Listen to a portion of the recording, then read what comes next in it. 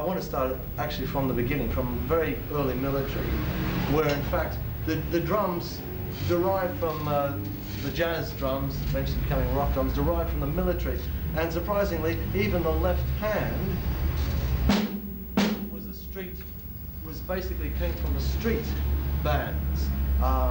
It was derived that way because obviously as you walk along the marching bands, they obviously couldn't play the match grip, which is what most guys play with today, the match grip. So I'm going to probably start off with the left hand grip, and then we'll talk about the match grip later and why guys are playing with the match grip. It gets a heavier sound, a harder sound. There's a little bit more subtlety with this way of playing because you get the fingers playing and so forth. Whereas it's a little with the match grip, especially with rock and roll things, you get to play a little harder. You get a harder sound. Anyhow, the short of the thing is I want to talk about first of all the original rudiments of the drums, and then develop those. So first of all, obviously, I guess that most of you are drummers anyhow, so probably won't have to go through all the rudiments, but just a handful that you get an idea of how we adapt the rudiments, right? So obviously the single stroke roll, which is very clever.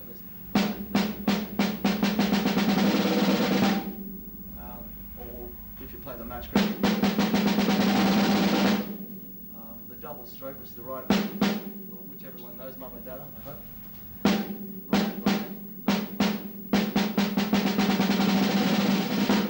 Or again, the match grip. The paradiddle, which is combines the both of them, smart. Right, left.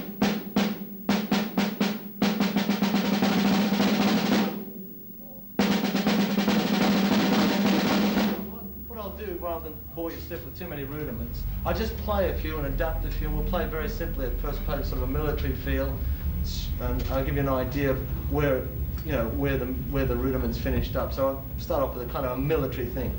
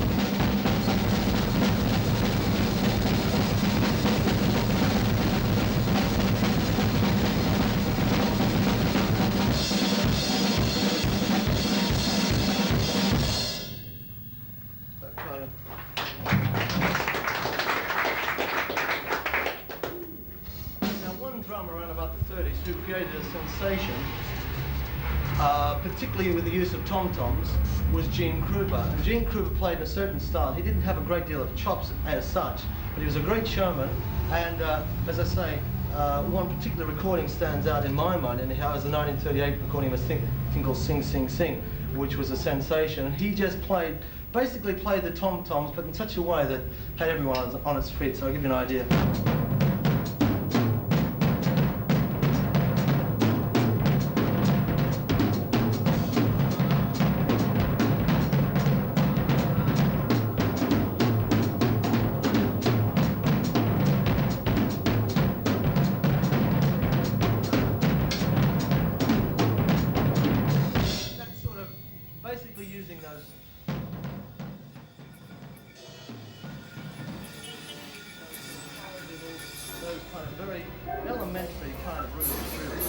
But one guy took that to its conclusion, to a logical conclusion, was Buddy Rich, who played. He was a great showman, but he also had a great technique too.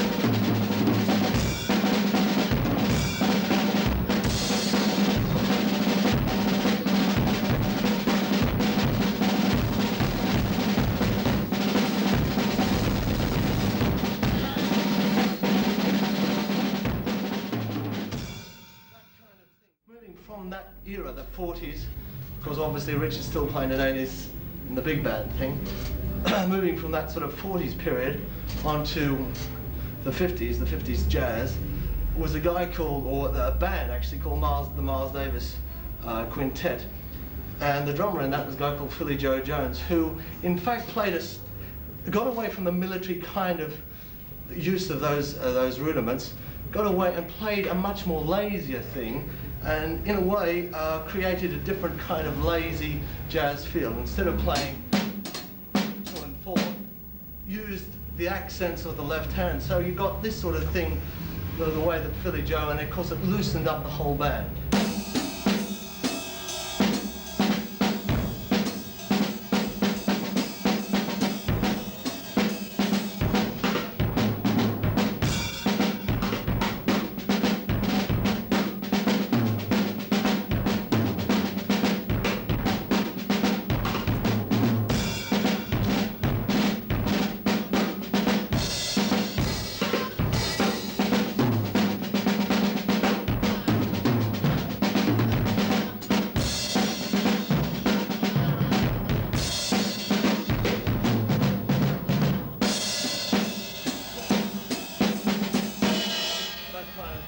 Very loose and lazy and sort of laid back almost.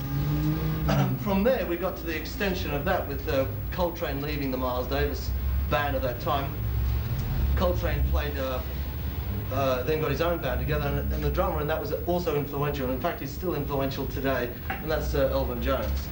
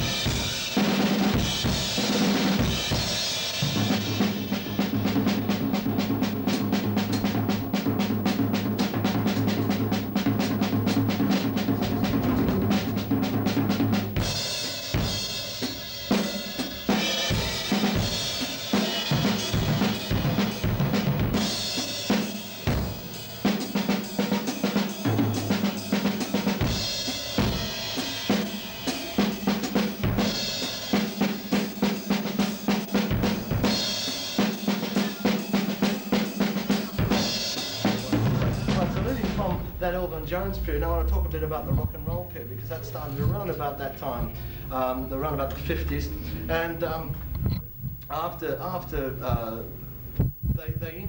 they start to come together around about the 50s, and basically the rock and roll period stemmed from the blues being very crudely played. I mean, you've probably heard all those sort of, those old, you know, that sort of thing, a very crude kind of feel on the guitar and everything sort of very crudely played. But from that sort of shuffle here, which you've heard played a million times, that sort of old thing, it got to, from that, because it was very crudely played, it got from that to that 8 feel. Go,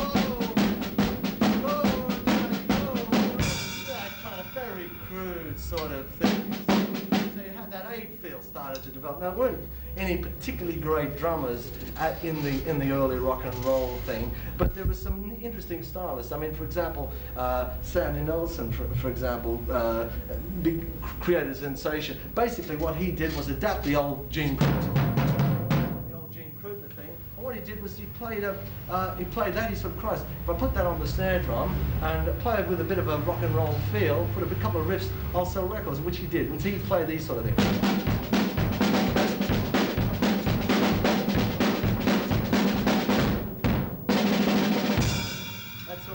See, very corny, but it worked a treat because he sold millions of records. From the Sandy Nelson period, we started moving into like the Beatles era. And I mean, Ringo Starr, although he wasn't a particularly great drummer, I still like his playing because he played simple, and I can't imagine anyone playing for the Beatles any better than Ringo Starr. And his thing was, he used the bass drum. He played pretty simple fills. I mean,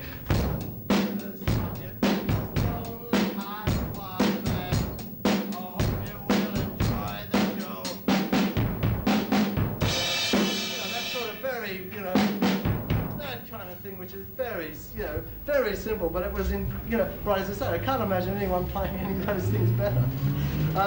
So from that period, we kind of we work into the soul field. I mean, the Booker T and the MGs. I mean, those guys like back the Wilson Pickett's and the Otis Redding, and people who had been around for just years before that. And they started to be discovered by the white kids, you see. And there's a guy called Al Jackson who was playing with Booker T and the MGs. He basically had a very simple feel. All these fills were simple and everything was pretty simple and straightforward. But he had a sort of lilting way of playing, and he played something like this, you know.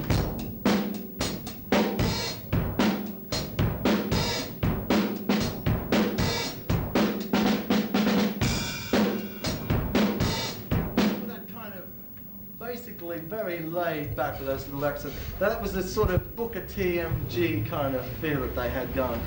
Very rhythmic, very danceable. From the Booker T the thing, we then move on to like a Motown thing, which was played with Detroit, who came up with selling millions of records. And their sort of thing was the drummers would play 8 to the bar with the beat being the 4.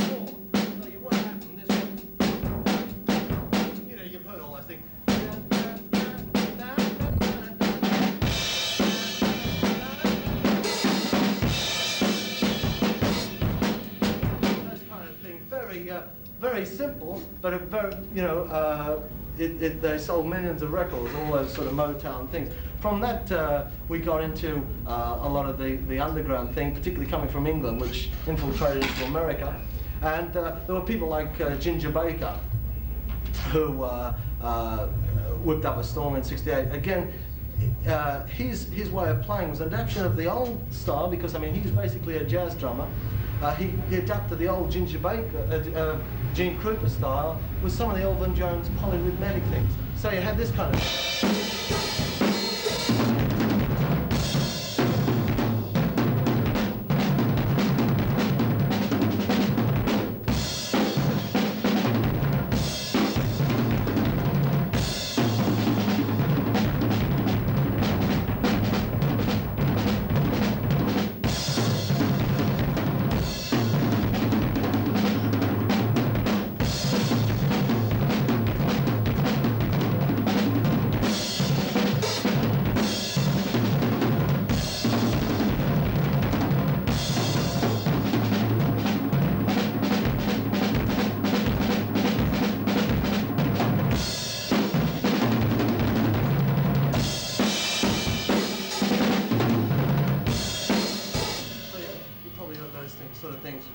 played front. From that kind of thing at Ginger Baker Field, we had guys like Pretty Purdy, Bernard Purdy, who played a very funky kind of thing, and you know, was playing on so many different sessions in America with that kind of funk thing. So you'd have this sort of feel.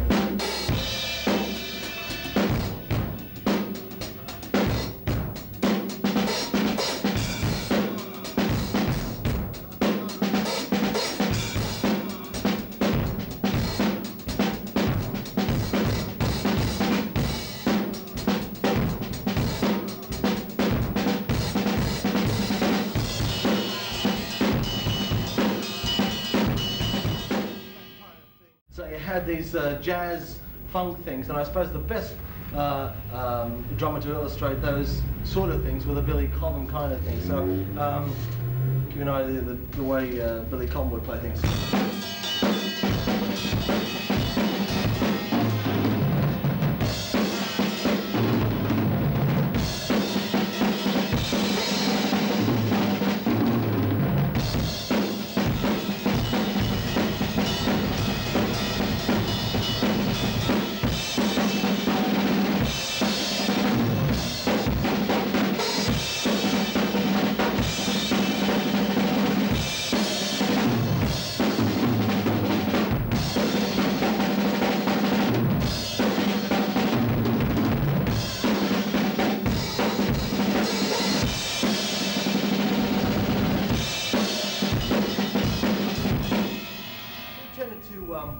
He tended to use the left hand as the ride, so you'd have.